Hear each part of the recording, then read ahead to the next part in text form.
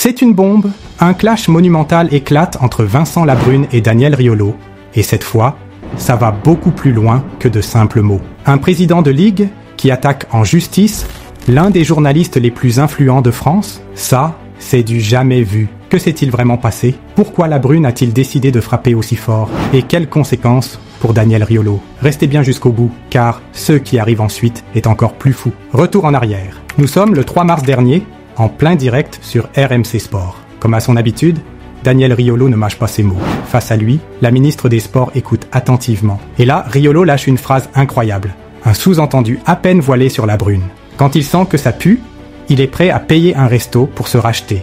On connaît ses méthodes. Il va inviter Savin au resto. Il va l'arroser un peu.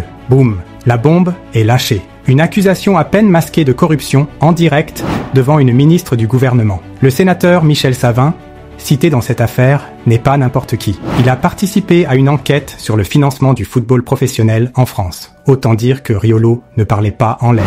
Et là, Labrune voit rouge. Trop. C'est trop. Dès que ses propos sont relayés sur les réseaux sociaux, la réponse ne tarde pas.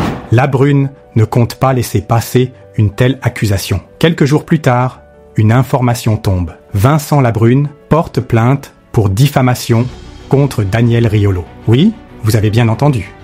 Le président de la LFP ne se contente pas d'un simple communiqué. Il saisit la justice. Mais attendez, ce n'est pas la première fois que Daniel Riolo est dans la tourmente ces dernières semaines. Souvenez-vous, il y a peu, Riolo révélait que des proches de Nasser Al-Khelaifi, le président du PSG, l'avaient mis sous pression après certaines de ses déclarations. Alors, Labrune tente-t-il de faire taire un journaliste trop gênant? Ou défend-il simplement son honneur face à des propos jugés trop graves?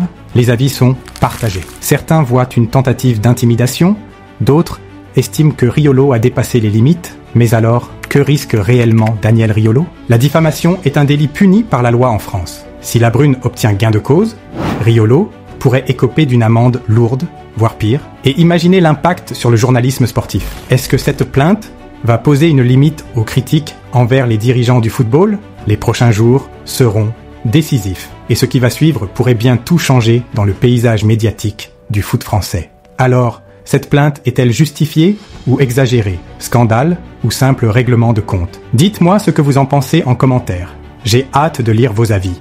Et surtout, abonnez-vous et activez la cloche pour ne rien manquer des plus grands dossiers du football français. On se retrouve très vite pour une nouvelle vidéo Choc.